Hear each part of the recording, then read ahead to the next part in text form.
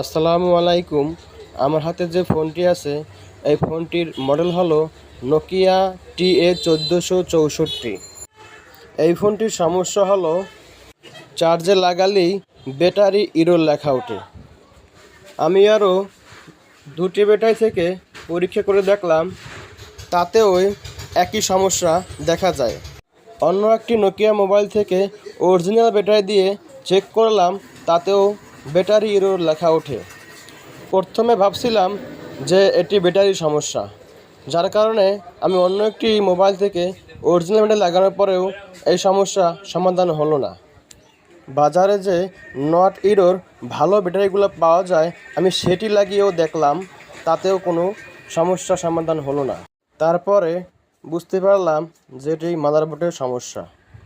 তারপরে মোবাইলের বডি থেকে মাদারবোর্ডটি আলাদা করালাম। আসলে এই সমস্যাগুলো হয় মোবাইলের ব্যাটারির কানেক্টরের মাঝখানে কানেক্টর থেকে এই সমস্যাটা হয় মূলত।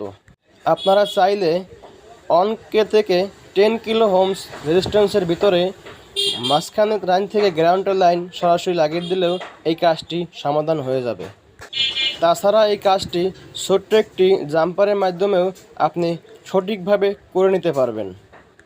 ভিডিওতে যে লাইনগুলো দেখানো হইতেছে ব্যাটারি কানেক্টরের মাঝখানের লাইন থেকে চার্জিং পোর্টের সাইডে একটি দেখবেন ছোট্ট একটি রেজিস্ট্যান্স আছে। আপনি চাইলে ওইখানে সরাসরি জাম্পার করলে আপনার এই কাজটি সঠিকভাবে সমাধান হবে।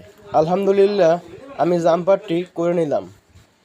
এবারে আমি পুনরায় মাদারবোর্ডটি বডিতে বসিয়ে চেক করে দেখব যে আমার কাজটি সমাধান হয়েছে কিনা।